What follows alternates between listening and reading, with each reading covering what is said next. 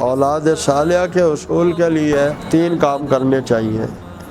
قرآن مجید میں اللہ تعالیٰ نے حضرت نوح علیہ السلام کی قوم کے حوالے سے فرمایا، انہوں نے اپنی قوم سے کہا تھا کہ تم استغفار کرو، اللہ تمہیں اولاد سے قوت عطا فرمائیں گے۔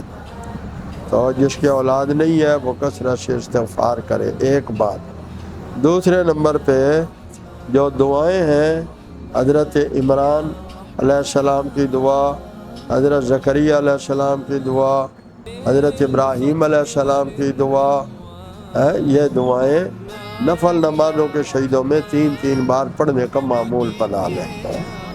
نفل نمازوں کے 3 بار شہیدوں میں پڑھنے کا معمول بنا لیں، اور اس کے لیے مزید چاہے 313 بار آیت کریمہ پڑھے، آگے پیچھے 41 بار درود شریف پڑھ کے دعا کرتا رہے، ضرور انشاءاللہ اللہ تعالیٰ کامیابی عطا فرمائیں گے۔